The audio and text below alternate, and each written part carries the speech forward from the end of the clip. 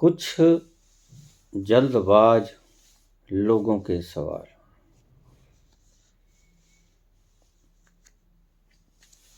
बाबा,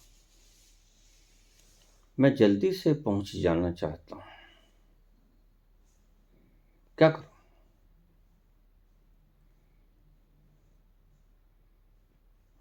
जल्दबाजी बंद कर दो, पहुंच जाओगे।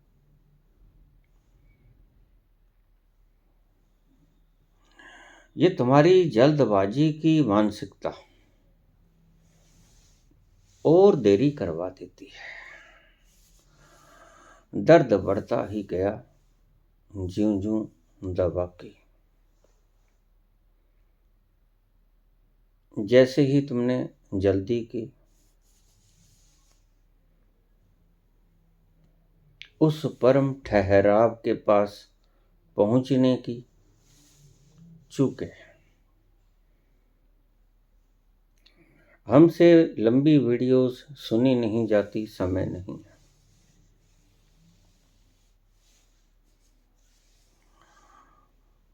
तो या तो समय निकालिए या टालिए। थोड़ा वक्त ठहर जाओ। सनातन धर्म ने 75 साल की उम्र संन्यास्त आश्रम के लिए रखी। क्यों घबराते हो? अभी वक्त नहीं है तो हो जाएगा। जब वक्त हो जाए तभी फायदा है इस राह पे चलने का, अन्यथा खिचड़ी बन जाएगी। जल्दी से ध्यान कर लोगे, जल्दी से उठोगे, स्नान कर लोगे, जल्दी से दफ्तर दुकान पहुंच जाओगे। ये जल्दबाजी आपको कहीं का नहीं छोड़ेगी। ना खुदा ही मिला ना वसाले सनम, ना इधर के रहे ना उधर के रहे। ये जल्दबाजी आपसे सब कुछ छीन लेगी।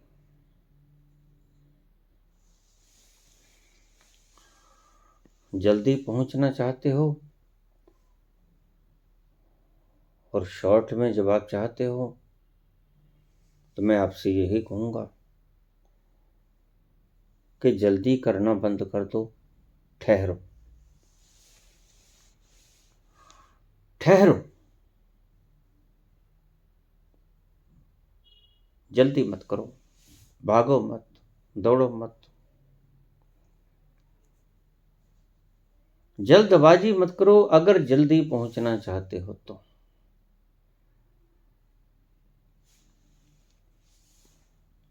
दूसरा सवाल,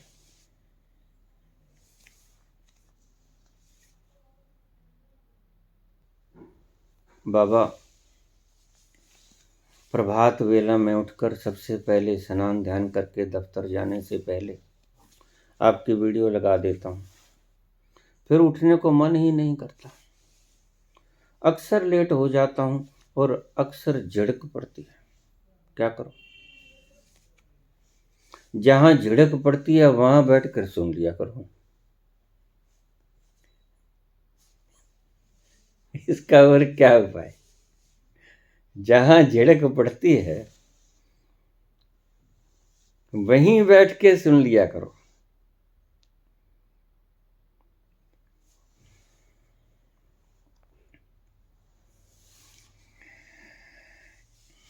तीसरा प्रश्न, यह प्रश्न थोड़ा सही प्रश्न है। प्रश्नों की तरह पूछा गया है, इन्हें कोई जल्दबाजी नहीं। बाबा, आप कहते हैं कि जानना है, मानना कुछ भी नहीं है।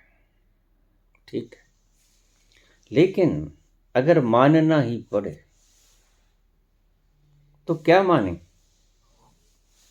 सुंदर सवाल है, काम का है,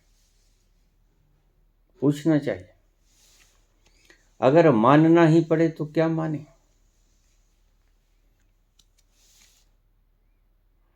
कायदा पढ़ाने वाला कहता है ए अनार, आ आम। सही बात तो मानोगे ना। जो सही बात है उसको मानो, और उसे परखें कैसे कि ये सही ये गलत। ए अनार होता है निश्चित, आ आम होता है पक्का। तो अध्यात्म में कौन सी बात मानी बिना जाने मानी? सुंदर, बहुत सुंदर सवाल है, गहरे से गहरा सवाल है।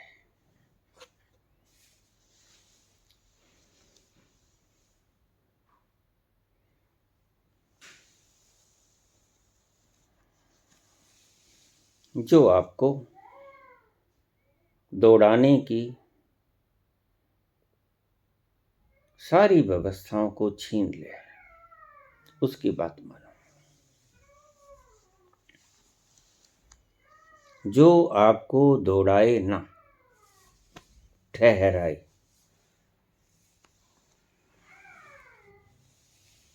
आज क्या हो रहा है? गुरुजन दौड़ा रहे हैं, जल्दी करो। बस ये जन्म हम मिल गए हैं आपको, और अगर इस जन्म में नहीं पहुंचे तो फिर कौन जाने। हम तो होंगे नहीं, हमारे बिना आपको कोई मिले मिले ना मिले, तो जल्द करो, जल्द करो। जल्दबाजी सिखाने वाले लोग मूढ़ता से भरे होते हैं।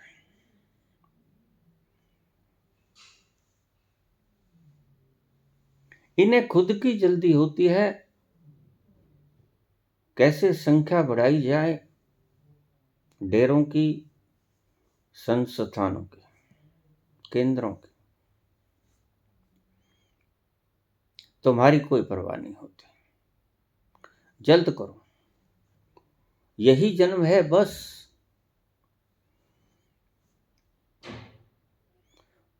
और उसके बाद न जाने आपको गुरु मिले मिले न मिले।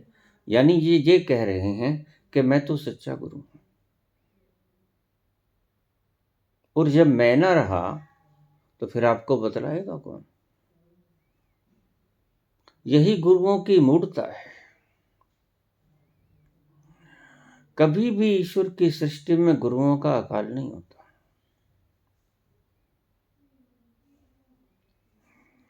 जैनीय परंपरा में 24 तीर्थंकर आए, सिख परंपरा में 10 गुरु आए।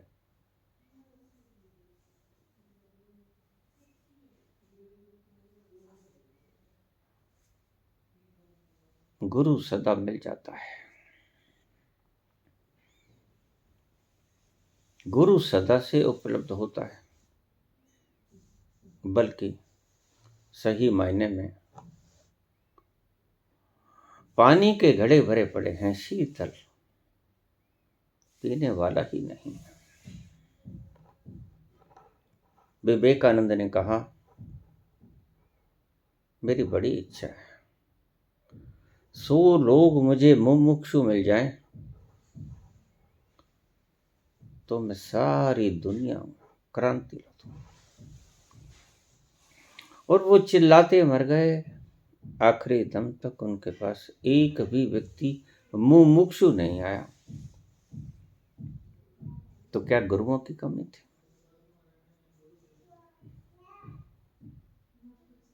शिष्यत्व की कमी है।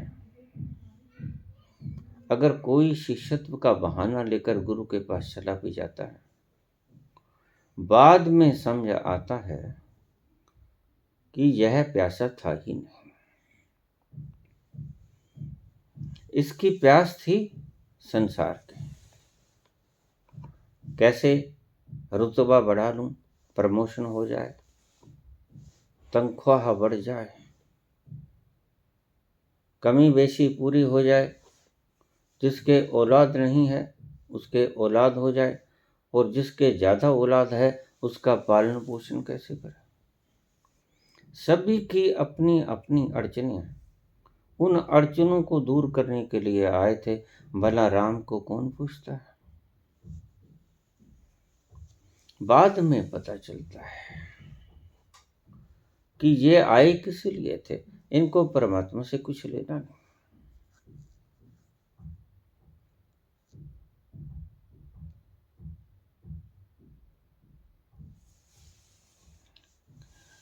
जो आपको ठहराने का मूल मंत्र दे दे उसकी बात मानिएगा।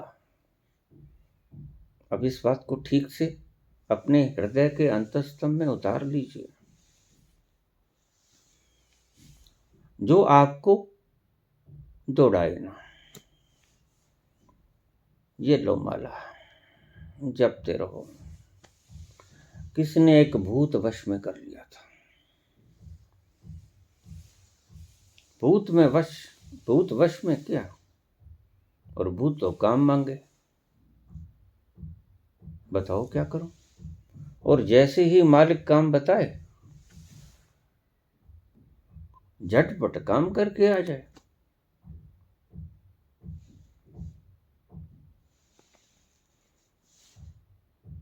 सारे काम बता दिए मालिक ने, और कुछ ही दिनों में उस भूत ने काम सारे निपटा दिए। और झट से काम निपटा के फिर खड़ा हो जाए। बताओ और काम बताओ। और देखिए उसकी शर्त थी, जब वो सिद्ध होने लगा, कि मैं एक क्षण के लिए भी खाली नहीं बैठ सकता।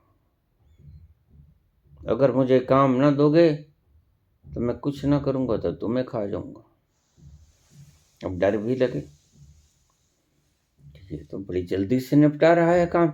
और इतने कितने काम होते हैं लोगों के, थोड़ी सी वासनाएं होती हैं जिनको लिए लिए आप घूम रहे हो, खप जाते हो, मर जाते हो, खाक हो जाते हो, विलीन हो जाते हो।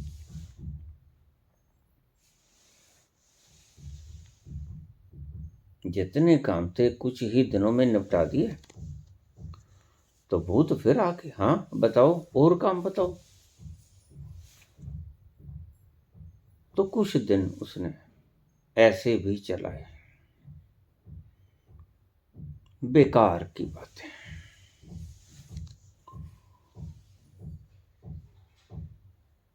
लेकिन डर लगने लगा। क्या करें, इतना कितना काम बताएं उसको। यह तो खा जाएगा, निश्चित ही मेरी मौत ये भूत के द्वारा होगी। भाग कर गया किसी संत पुरुष के पास, सारी व्यथा बताई। सच्चा संत था।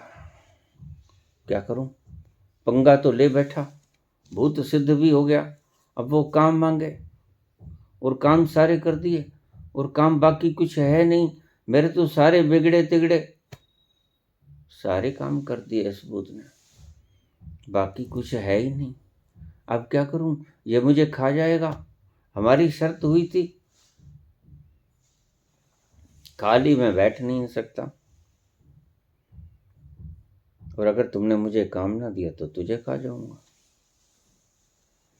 अब मैं क्या करूं बाबा। कहते ऐसे करो, घबराओ मत। तुम्हारे घर में एक बांस गाड़ दो, ऊंचा ऊंचा बांस गाड़ दो, गहरा जमीन में, खूब ऊंचा। फिर बाबा, फिर उससे कहो कि इसके ऊपर चढ़ते रहो, उतरते रहो, चढ़ते रहो, उतरते रहो। और भूत आज भी जिंदा है। और भूत तुम्हारा मन है। इसको सिद्ध करके तुमने सबने गलती कर ली।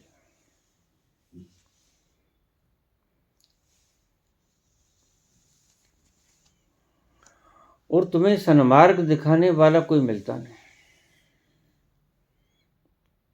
तो ये गुरु आपको दौड़ाते हैं, व्यवस्था देते हैं। ये लो माला, राम राम जपते रहो, नाम जपते रहो, एक नाम जपते रहो, 5 नाम जपते रहो, 4 नाम जपते रहो, 1000 नाम जपते रहो, बस ये नाम जपते रहो। ये तुम्हारे मन के भूत को काम देने के ढंग है। मिलने मिलने वाला कुछ नहीं। ये दौड़ाते हैं आपको। आपका मन पहले से ही दौड़ता है उस भूत की तरह, और ये गुरु लोग आपको और दौड़ाते हैं कि थोड़ा सा तेज। आप कहते हो बाबा 20 साल हो गए, जैसे कहा गुरु ने वैसे कर रहा हूं, नित्य नेम ब्रह्म मुहूर्त में उठता हूं, स्नान ध्यान आदि करके, जैसे ही माला पकड़ता हूं वैसे ही दोपहर का भोजन हल्का, सारा कुछ बताए नियमों के अनुरूप करता हूं। लेकिन 30 साल हो गए, 25 हो गए, 35 हो गए, 15 हो गए, क्या करूं, मिला तो कुछ है नहीं। उस भूत को कभी कुछ नहीं मिलेगा जिसके लिए बांस टांग दिया गया। चढ़ते रहो उतरते रहो, भला तुम भी ख्याल कर लो, उस भूत को कुछ मिला होगा?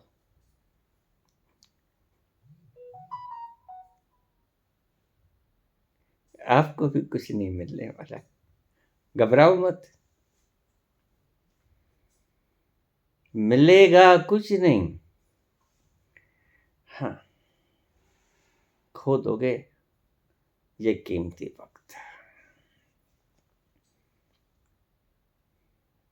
जब गुरु के पास खुद ही कुछ ना होगा तो तुम्हारे लिए बांस ही तो गाड़ेगा, और क्या करेगा। सभी गुरु अपने अपने बांस गाड़े बैठे, उन्हें तुम्हारी समस्या समझ में आ गई है, ऐसा मत। ये आपसे ज्यादा समझदार है। जैसे ही तुम जाते हो ये समझ जाते हैं एक पागल और आ गया।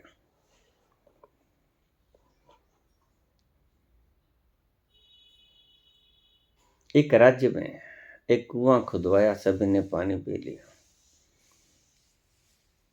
और पानी पीकर राज दरबार के आसपास चारों तरफ घेरा डाल लिया और ऊंचे ऊंचे नारेबाजी, राजा बाहर निकलो, राजा तो हम हैं, तुम क्यों कब्जा जमाए बैठे हो सिंहासन के ऊपर, निकलो बाहर, नहीं खींच के पकड़ के ले आएंगे बाहर।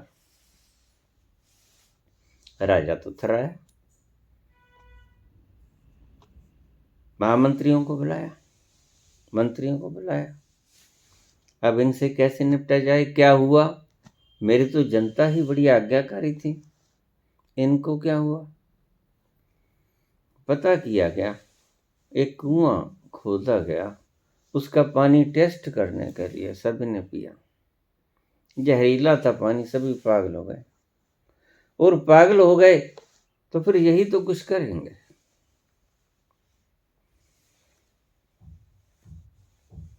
जो कर रहे हैं वही तो करेंगे, नारेबाजी, जिंदाबाद मुर्दाबाद।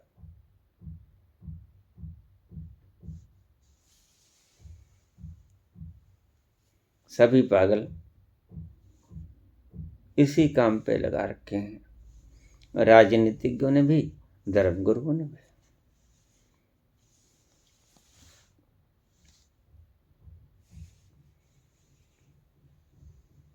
तो क्या किया जाए, महामंत्री से पूछा गया। एक मंत्री सियाना था, वो कहते राजा चलो मेरे साथ। उसने एक डोलू उठाया, गया कुएं के भीतर से डोलू भरा, राजा से कहने लगा देखो उन्हें गिलास गिलास पिया, तुम डोलू भर के पी लो, तभी निपट पाओगे इन पागलों से, अन्यथा तुम निपट ना पाओगे। पागलों से निपटने के लिए बड़े पागल होना पड़ता है।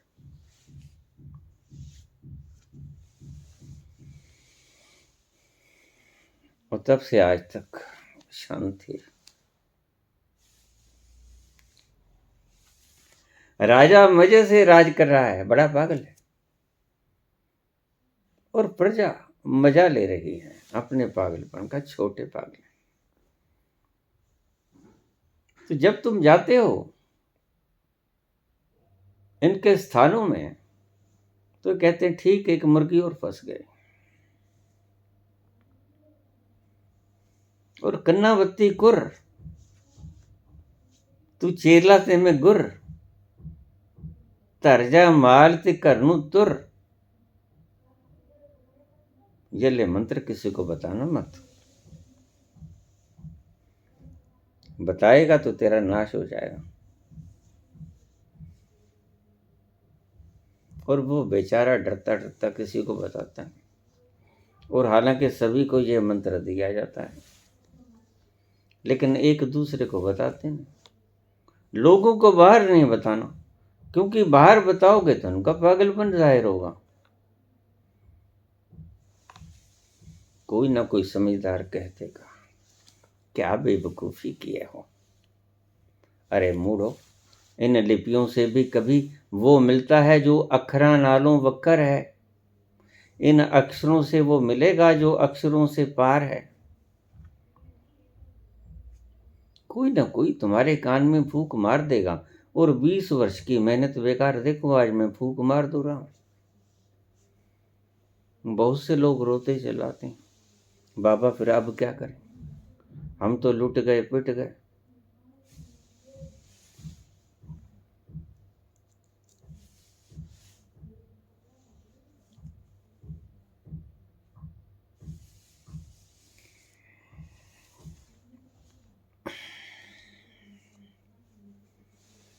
बड़े पागल पहले से बन के बैठे हैं, डोलू पी रहे हैं, पानी का डोलू भर के पहले से पी लिया है। इन्हें पता है गिलास पिए लोग हमारे पास आए,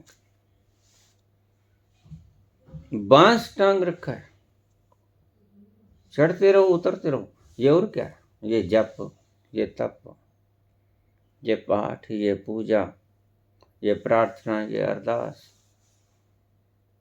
ये दान, ये चढ़ावा, ये पुण्य, ये क्या है?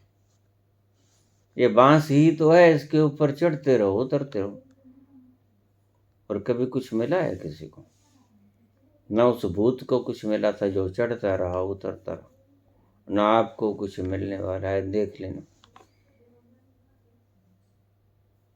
10 साल हो गए, 20-50 साल हो गए, उम्र बीत जाएगी, शरीर छोड़ जाओगे।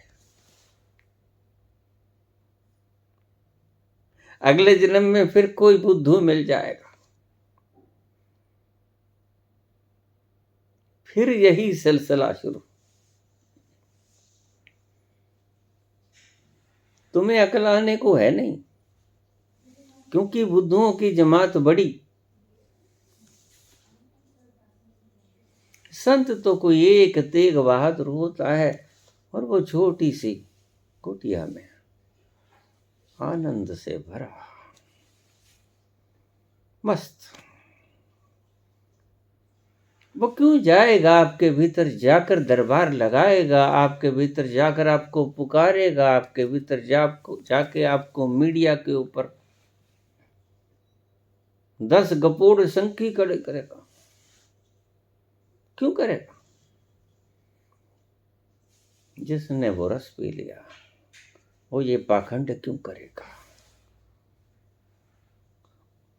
कुएं को ढूंढना पड़ता है, कुआं चल के तुम्हारे पास नहीं आता।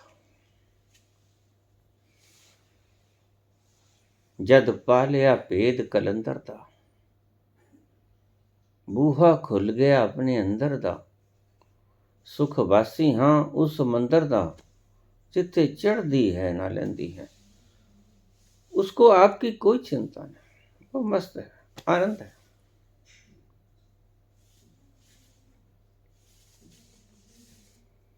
उसे जग जहान का कुछ पता नहीं,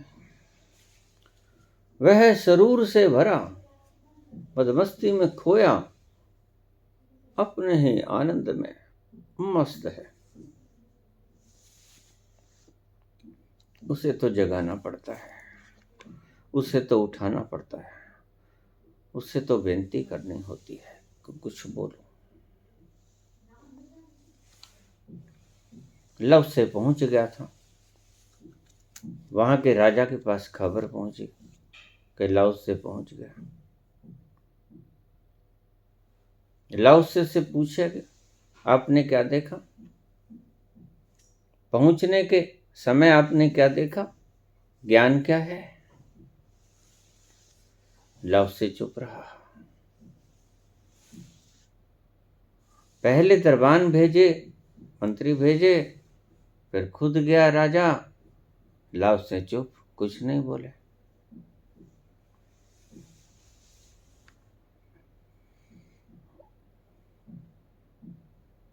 राजा कहे बोलो, लव से आपने क्या देखा, ये संबोधि होती क्या है, ये समाधि होती क्या है, ये ज्ञान क्या होता है, हमें भी बता दो। थोड़ा मस्त नजर आ रहे हो,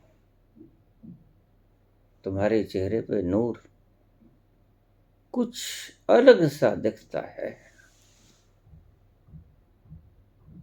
हम लोगों से मिलती नहीं आपकी वृत्तियां।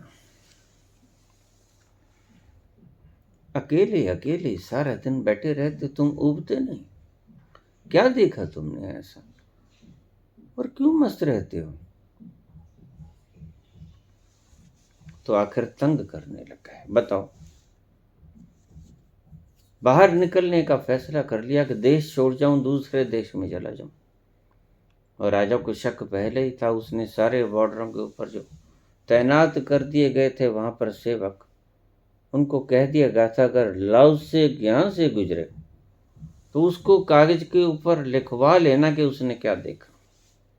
मुझे पता है वो यहां से जाएगा, उसको तंग ही इतना किया गया है।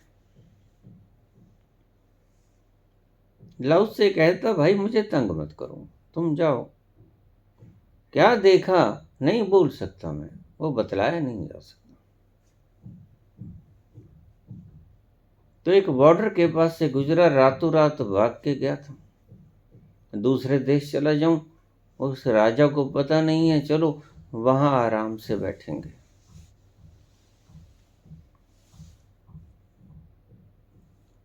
सेवक खड़े थे, उनने चरण स्पर्श किया, ख्याति फैल गई थी, पता लग गया था पहुंच गया है। प्रणाम किया, हाथ जोड़ के खड़ा हो गया, हे बुद्ध पुरुष, गुस्ताखी माफ करें, ये थोड़ा राजशाही का हुक्म है। इस कोरे पन्ने पर लिख जाएं जो आपने देखा। तो लाओ से ने पेंसिल पकड़ी और लिखा, वह जो मैंने देखा वह कहा नहीं जा सकता।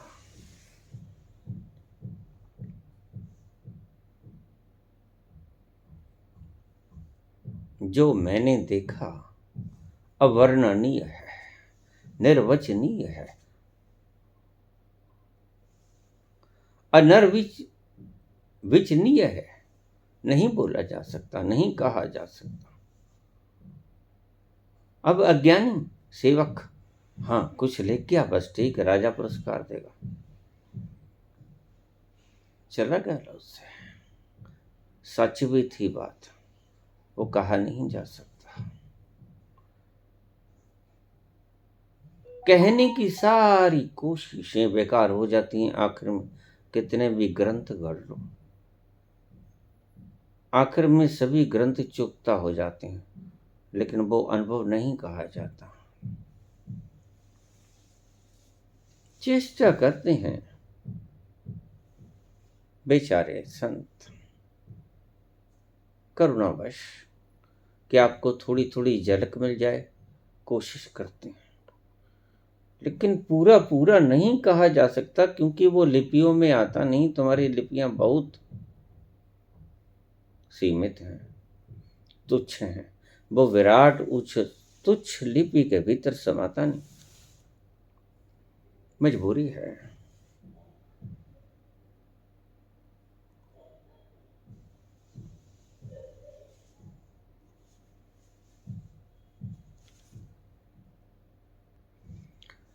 तो तुमने पूछा कि किसकी बात को माना जाए, अगर मानना पड़े तो। ठीक, लिख लेना इसको हृदय में। जो आपको दौड़ना सिखाए वहां से दौड़ जाना, जो आपको ठहरना सिखाए वहां पे ठहर जाना। अब इन दो सूत्रों को आप हृदय में उतार लो। जहां तक परमात्मा की बात है, बस ये आपको निचोड़ बता दिया।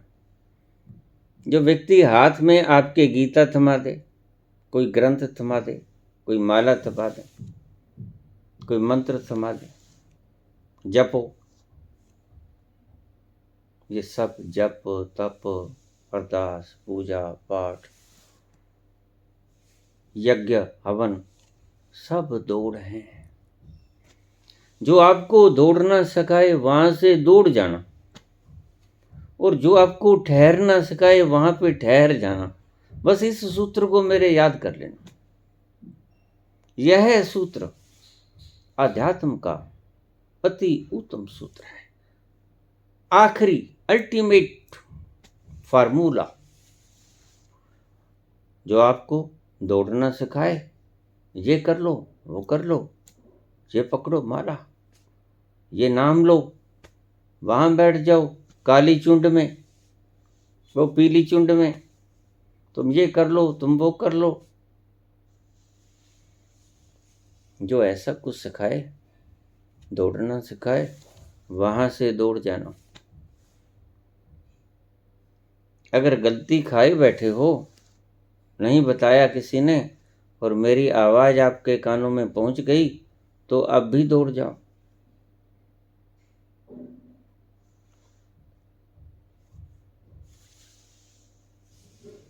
और जो आपको ठहरना सिखाए वहां पे ठहर जाना। अगर मानना ही पड़े किसी की बात, तो फिर ऐसे व्यक्ति की बात मानना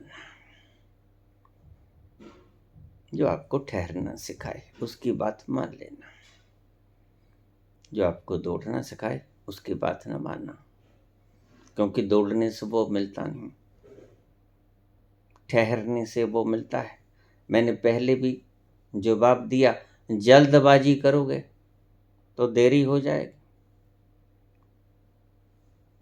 धैर्य रखोगे और परम धैर्य रखोगे और इतना धैर्य रखोगे कि ठहर ही जाओगे, तो मेरे इन शब्दों को हृदयस्थ कर देना, आप अगले क्षण पहुंच ही जाओगे।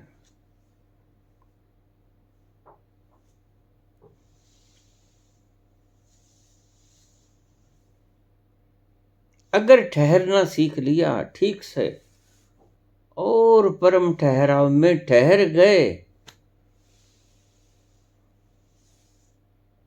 तो अगले ही क्षण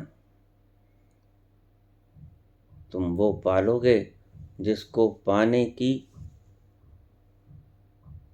भीतर से अभीप्सा जग रही है जन्मों जन्मों से।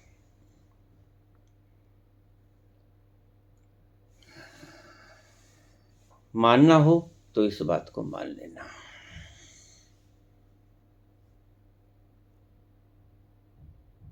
ये सत्य है, ठहरने से मिलता है। और जहां हो वहीं पे ठहर जाना, कहीं आश्रम वाश्रम जाने की जरूरत नहीं है। कहीं स्थानक, कहीं डेरे, किसी प्रकार के मंदिर मस्जिद गुरुद्वारा में जाने की आवश्यकता नहीं। सब भटकाव के स्थान। तुम भटके हुए हो, तुम्हें मिला नहीं, इसलिए खोजते खोजते कहीं भी पहुंच जाते हो। वो मंदिर हो, मस्जिद हो, गुरुद्वारा हो, वो चर्च हो, कहीं भी हो, लेकिन भाग रहे हो, मिला नहीं। भागते भागते कहीं भी घुस जाते हो। ये तुम्हारी अतृप्तता का परिचायक है। वो मिला नहीं, अभी तृप्त नहीं हुए।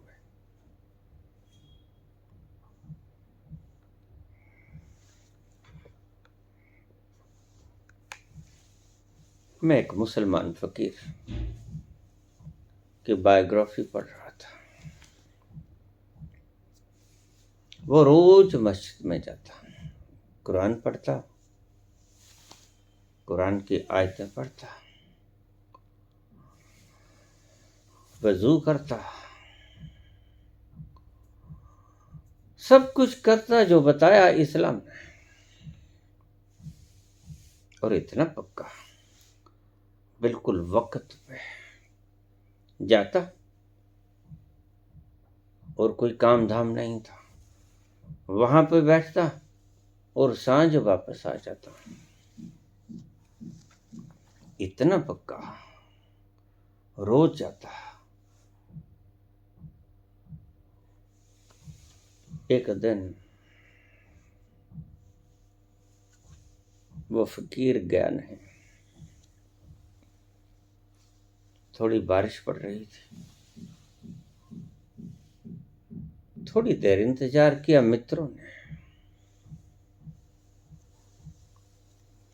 जब ज्यादा देर हो गई, दोपहरी हो गई, तो सब एक दूसरे से फुसफुसाने लगे, फकीर मर गया आज। ये हो ही नहीं सकता, क्योंकि बारिश, अंधेरी, तूफान, ओले, कोई भी मौसम, सर्दी, गर्मी, तेज हवाएं, किसी भी मौसम में इस व्यक्ति ने कभी नागा नहीं किया था। सदा पहुंचा ही पहुंचा, और कोई आया आया ना आया, ये तो पहुंचा ही पहुंचा, लेकिन आज ये नहीं आया, बाकी सभी आ गए। क्या हुआ? अवश्य ही पक्का है कि वो मर गया। अगर जिंदा होता तो आ ही जाता। चलो घर चले। सब मौलवी इकट्ठे हुए, उसके घर पहुंचे। फकीर के घर पहुंचे तो फकीर के कमरे का दरवाजा खोला तो भीतर क्या देखते हैं, अजीब नजारा। फकीर नाचे जा रहा है।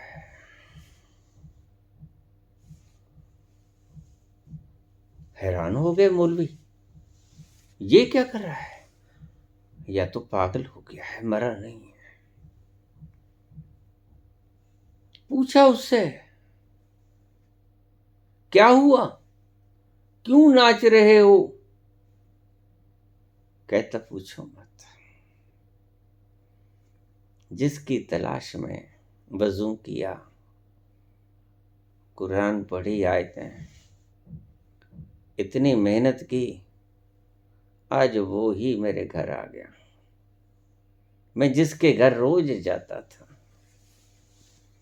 आज वो ही मेरे घर आ गया, नाच रहा। ऐसा मीठा शरबत पिलाया, ऐसा रस भरा शरबत पिलाया कि नाचने को मन करता है। आज वो खुद ही मेरे पास घर आ गया, तो कहीं जाने की आवश्यकता नहीं है। वो तुम्हारे घर पे ही आ जाएगा। न किसी स्थानक में जाना, न किसी मंदिर, मस्जिद, गुरुद्वारे, चर्च में जाना, न किसी धर्म स्थान में जाना। वो कोई भी हो, मिलेगा, पता नहीं कहाँ मिलेगा। जिस वक्त पहुंचोगे तुम्हें खुद पता नहीं कि तुम कहाँ होगे। भला कोई स्थान था बुद्ध को मिलने का? पीपल के वृक्ष के नीचे बैठे हैं, सुबह सुबह का वक्त, कोई मुहूर्त नहीं, कोई लगन नहीं। भोर का तारा उगा, देखा, ज्ञान हो गया। भला कोई जगह थी महावीर के पहुंचने की? निर्जन स्थान पे खड़े हैं,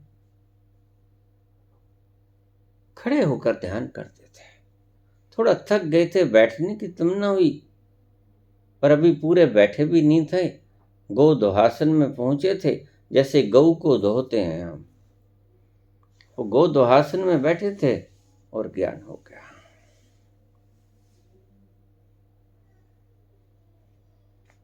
और नानक नदिया में उतरे नहाने के लिए और ज्ञान हो गया। हम तो रोज उतरते हैं नदिया में, हम तो बड़े कुशल तैराक हैं, लेकिन ज्ञान नहीं होता। और लाउ से बैठे हैं, ऊपर से पत्ता गिरा, पतझड़ का मौसम है, सूखा पत्ता गिरा, और सूखा पत्ता गिरा। लाओसे ने देखा, ज्ञान हो गया। भला ये क्या, ये कोई घटना थी, कोई मंत्र था, कोई 4 मंत्र 5 नाम थे? कुछ भी ना था। सूखा पत्ता ऊपर से गिरा और ज्ञान हो गया। गोदोहासन थका और ज्ञान हो गया। भोर का तारा देखा और ज्ञान हो गया। और नानक उतरे नदी में और ज्ञान हो गया। और कबीर तालाब की पौड़ी पर बैठ और ज्ञान हो गया। ये कोई स्थान थे, ये कोई समय था, कोई लगन था, कोई मुहूर्त था? कुछ भी ना था।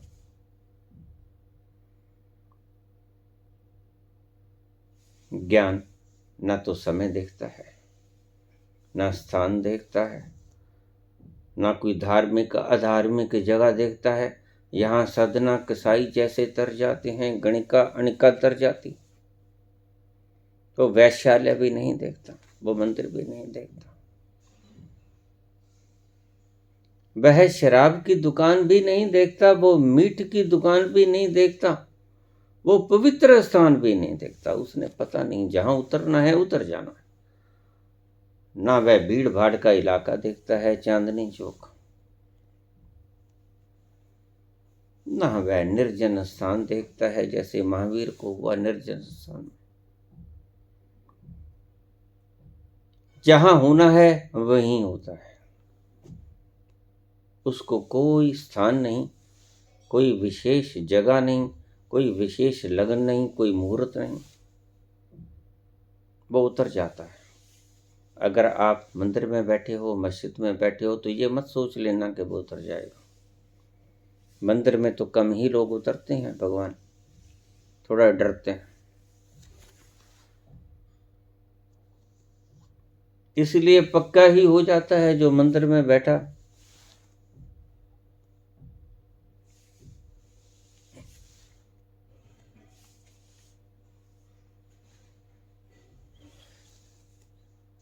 वो तो ना पहुंच पाएगा, क्योंकि सीमाओं के घेरे में जब बैठता है तो परमात्मा सीमाओं में बंधता कहाँ है? परमात्मा खुले आसमान में उतरता है। और देखिए, मैं आपको एक बात बता दूं, मजाक की नहीं है, सच है। जब भी आपको संबोधि की घटना घटेगी तो आपके भीतर से एक विचार आएगा कि खुले मैदान में चले जाओ। इसका अर्थ तो मैं भी नहीं समझ सका, लेकिन भीतर भाव उठता है कि भागो यहां से। बंद कमरे में नहीं आता, खुले आसमान में आता है। मैंने जितने प्रबुद्ध व्यक्तियों की जीवनी पढ़ी, जितने प्रबुद्ध व्यक्तियों को सुना, जितने प्रबुद्ध व्यक्तियों से उनका पहुंचने का स्थान और पहुंचने की अवस्था सुनी, तो मैंने यही पाया कि सभी को खुले आसमान के नीचे परमात्मा उतरा। बंद 4 दीवारी में किसी को नहीं उतरा। इसलिए पक्का देख लेना, मंदिर में तो नहीं उतरेगा, मस्जिद में भी नहीं उतरेगा, आपके बनाए हुए पूजा स्थलों में तो वो नहीं आएगा।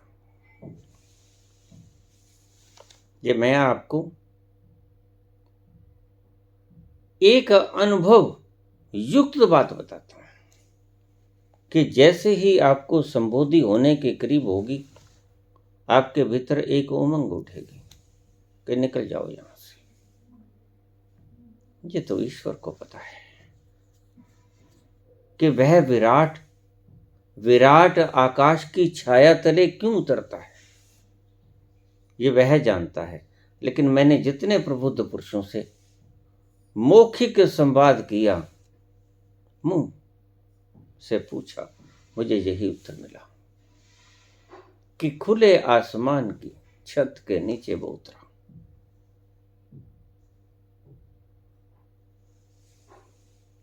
बैठ जाना मंदिरों में, मस्जिदों में, चर्चा घरों में, गुरुद्वारों में, लेकिन जब वो उतरेगा, जब आप तैयार हो जाओगे पूरे, तो आपके भीतर एक उमंग जगेगी कि खुले में चले जाओ।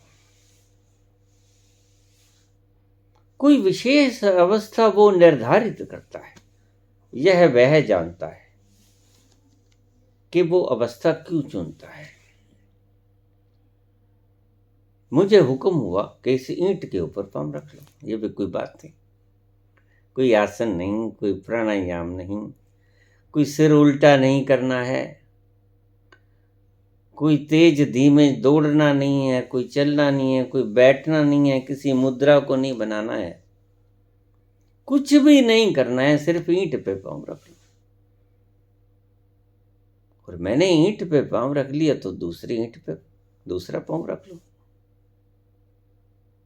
ये तो कोई आसन भी ना था, कोई मुद्रा भी ना थी, लेकिन वो उतरा।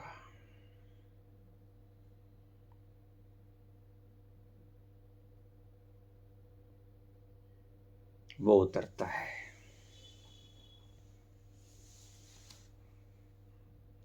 दौड़ने की जगह पे नहीं उतरता। आप वातावरण खराब कर देते हो शुद्ध स्थानों का। लोग मुझे कहते हैं कि मंदिरों में, मस्जिदों में, गुरुद्वारों में लोग बैठे होते हैं, पवित्र कर देते हैं। सभी अपनी अपनी मांगों को वहां छोड़ आते हैं, और जहां मांग होती है वहां पवित्रता नहीं होती, अपवित्रता होती है। जहां मांग हटी वहां पवित्रता आई। और आप जैसे ही अपने अपने धार्मिक स्थलों में जाते हो, आप अपनी मांगों को वहां परमात्मा के चरणों में द्रोहित कराते हो। मांगे वहां रह गई, आप मांगों को छोड़कर वापस आ गए, तो आप वहां का वातावरण दूषित कर देते हो अपनी मांगों के द्वारा। मांगे दूषित करती हैं उस क्षेत्र को। सो पूछा है,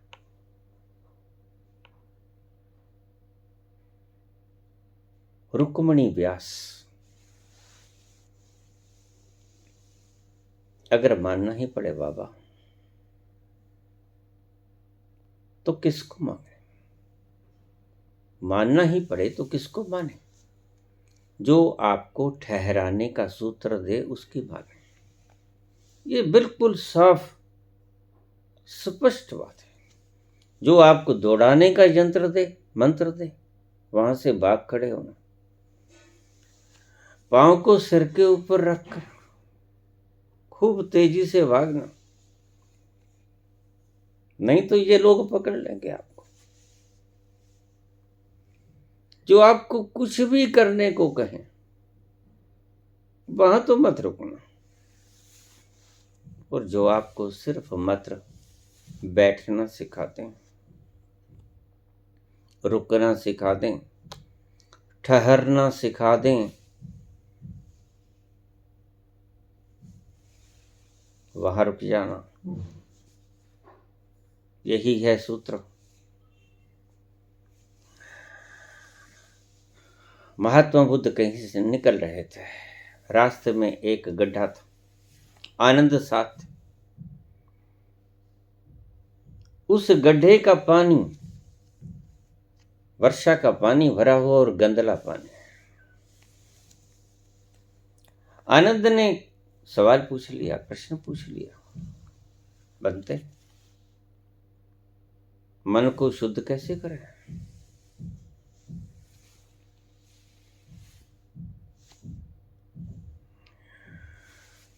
देखा एक छोटा सा खड्डा, बारिश के पानी से भरा हुआ गंदरा मैला पानी।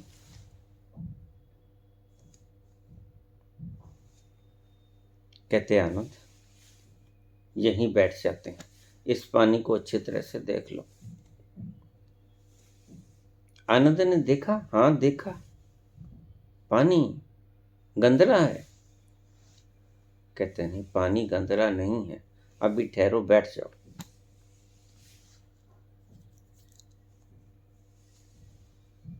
बैठ गए, वार्तालाप करने लगे। थोड़ा वक्त बीता, और जैसे ही वक्त बीतता है, गंदला पानी आपने देखा ही होगा, माटी नीचे बैठ जाती है और शुद्ध पानी ऊपर ऊपर रह जाता है। तो बुद्ध ने कहा, चलो चलो आनंद, हम वो पानी देख लें गड्ढे का। गए तो देखे गड्ढे के पानी की मिट्टी नीचे बैठ गई थी। स्वच्छ शुद्ध नॉर्मल पानी ऊपर ऊपर आ गया था। आनंद कुछ समझे? नहीं समझा प्रभु। आनंद, हमारा मन ऐसा ही है। हमारी आत्मा जब दूषित हो जाती है, हमारा मन जब दूषित हो जाता है, तो ये गंदला, ये माटी पानी में घुलकर पानी के पारदर्शिता की स्थिति को बिगाड़ देती है।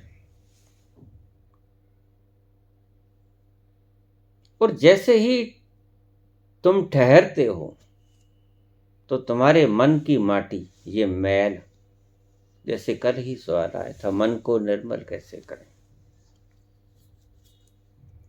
ये मैल तुम्हारे ठहरने से धीरे धीरे नीचे बैठ जाती है और शुद्ध निर्मल जल ऊपर आ जाता है। बस आनंद, यही है सूत्र। मन से मैल को अलग करने का। ठहर जाओ, ठहरने से मन का मैल नीचे बैठ जाएगा, निर्मल हो जाएगा। शीशे की तरह पारदर्शी जल ऊपर आ जाएगा, स्पष्ट दिखेगी माटी नीचे बैठी हुई। बातें ही कर रहे थे, इतने में एक किसान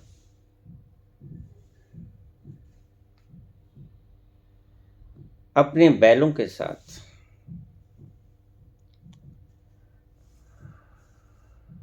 अपना वाहन लेके गुजरा। वो लकड़ी का गड्ढा कहते हैं हमारे पंजाबी में। तो टोए के बीच में से, गड्ढे के बीच में से जब वो निकला, दूर चला गया, तो बुद्ध ने कहा, आओ फिर देखते हैं। देखा तो वो पानी फिर गंदला हो गया। ये क्या हुआ? आनंद ने पूछा। बुद्ध कहते, इस पानी में अगर गचोल मार दोगे, इस पानी में अगर तेजी से गचोल हाथ फेर दोगे, तो सारा पानी गंदला हो जाएगा। तुम्हारी तेजी तुम्हारे मन को विकृत कर देती है, उस गंदे पानी की तरह जो निर्मल था, और आपके गचोल मारने से, हाथ फेरने से वो मैला हो गया। मन जहां ठहर जाए, वहां तुम भी ठहर जाना। तुम्हें स्पष्ट दिखाई पड़ेगा, पारदर्शी जल की तरह अपना मुखड़ा दिखेगा उसमें, नीचे बैठी मिट्टी भी दिखेगी उसमें, साफ सुस्पष्ट नजर आएगा।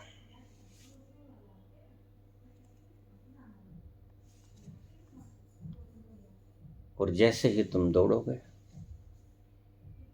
वो दौड़ने का सबब चाहे कुछ भी बने,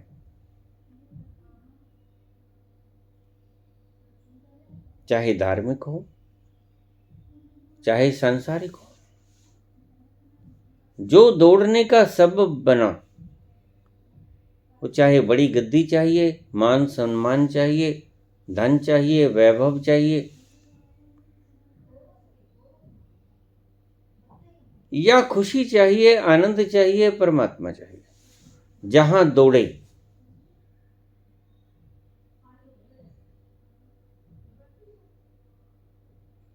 वहीं परमात्मा को खोया।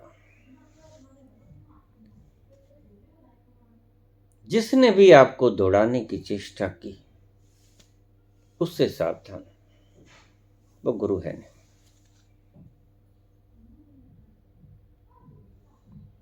जो आपको ठहराने का काम करे, जो आपको ठहराने की व्यवस्था दे, वो गुरु। गुरु सदा ही ठहराता है। क्यों? कारण जिसको तुम ढूंढना चाहते हो,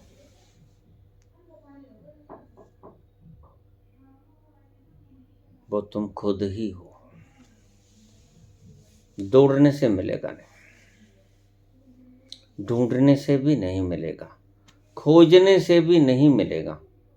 कैसे मिलेगा? ठहरने से मिलेगा। जैसे गड्ढे का पानी ठहरने से, कुछ देर इंतजार किया, माटी नीचे बैठ गई, शुद्ध निर्मल जल ऊपर आ गया, उसमें आप अपनी तस्वीर देख सकते हो। इसी तरह जब आपके मन का मल ठहरने से शांत हो जाएगा, तो आपके अपने स्वभाव के दर्शन हो जाएंगे। उसमें आपको अपना चेहरा मोहरा नजर आएगा। दौड़ते दौड़ते उस माटी मिले पानी की तरह हो जाओगे, जिसमें से आपको अपना चेहरा नजर नहीं आएगा। आत्मबोध उसी पानी में होगा जो ठहरा हुआ होगा।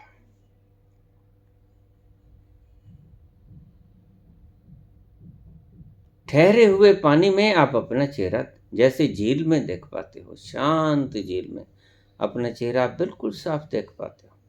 लेकिन जैसे ही झील का पानी भी थोड़ी लहरों से युक्त हो जाता है, तो आप अपनी अक्स को भी हिलता हुआ देखोगे।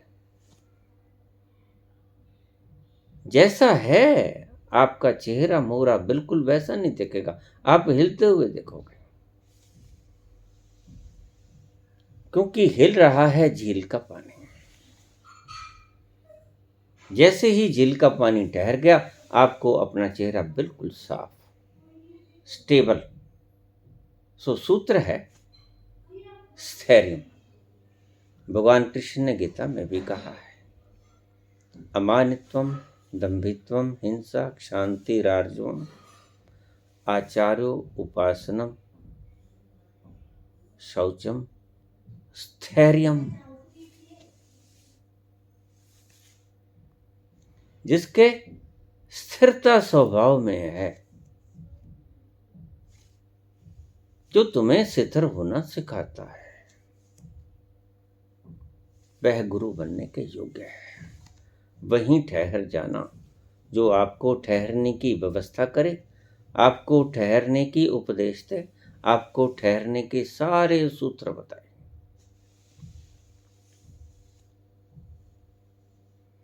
स्थैर्यम आत्म विनिग्रह। जैसे ही तुम ठहरोगे, तैसे ही तुम आत्म विनिग्रह करने के योग्य हो जाओगे।